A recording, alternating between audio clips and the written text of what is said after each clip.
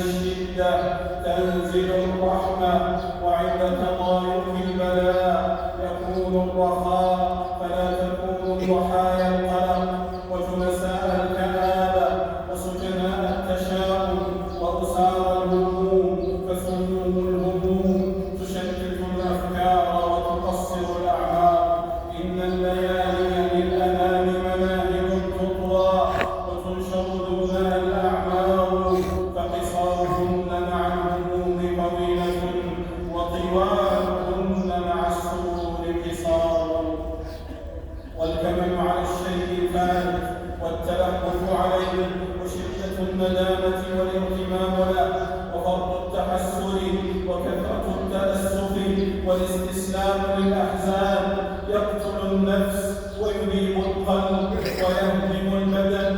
فلا تفرطوا في الأحزان، فلا تفرطوا في الأحزان، فلا تفرطوا في الأحزان، ولا تهيجوا ما سكن من الآلام، ولا تغرقوا في الغموم والهموم، ولا تسرفوا في تذكر المصائب والأوجاع، فإن الحزن إذا أفرط والبكاء إذا اتصل امتزج الدم بالدم. وكم مفجوع بفقد ولد أو والد بكى بكاء القريح الجريح الذي لا يسلو ولا يستريح حتى لوى عقله وانمحى وجوده. وكم متحسر متلهف كلما تعذر حظه طال غيره، وكلما قل ماله كثر اعتلاله. وكم محزون براه الألم كما يجري النحو القلم. فلا تشغلن قلبك بما ذهب منك وتباعد عنك، ولا تقتل نفسك غما وأسفا على شيء لم يكتب من حظك ولم يجعل من قصدك.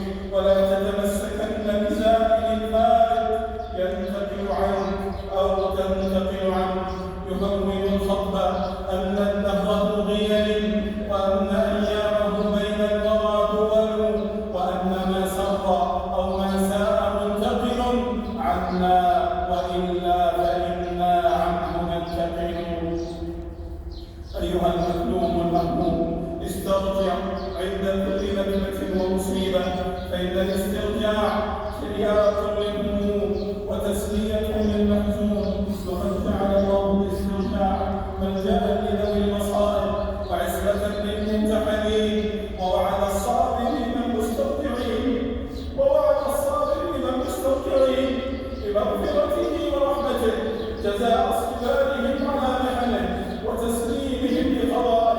قال جل وعز: ولنبلونكم بشيء من الخوف والجوع ونقص من الأموال والأنفس والثمرات وبشر الصابرين الذين إذا أصابتهم مصيبة قالوا إنا لله وإنا إليه راجعون أولئك عليهم صلوات من ربهم ورحمة وأولئك هم المهتدون.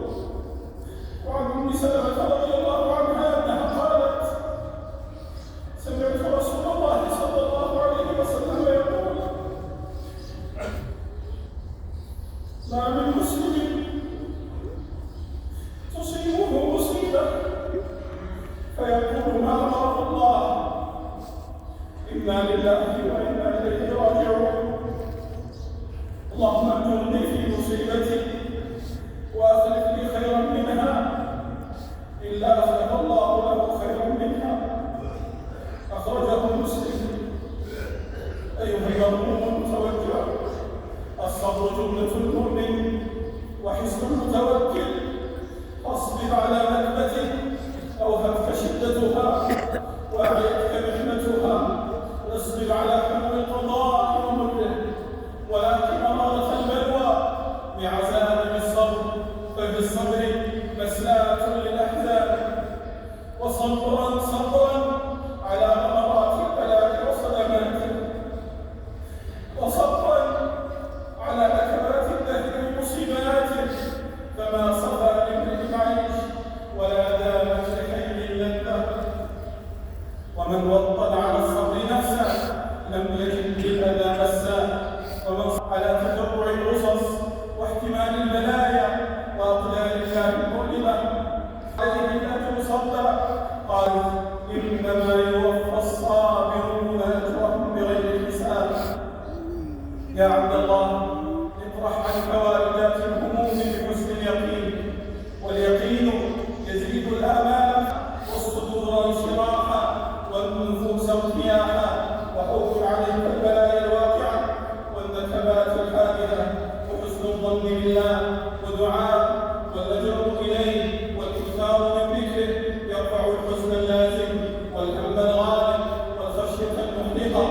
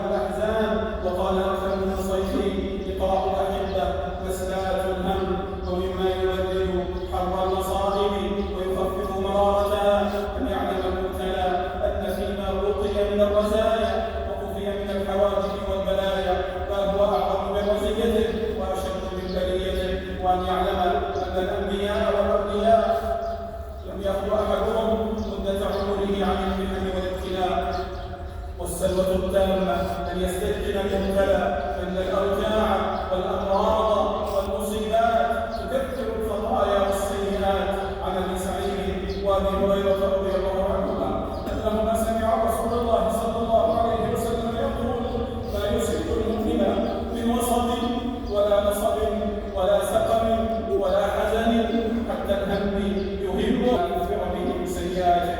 أخرجه مسلم. قال الفضل بن سهل: إن في العلل لنعما لا ينبغي للعاقل أن يجهلها، فهي تمحيص للذنوب وتعظم لثواب الصبر وإيقاظ من الغفلة وتذكير بالنعمة واستدعاء للتوبة وحث على الصدقة.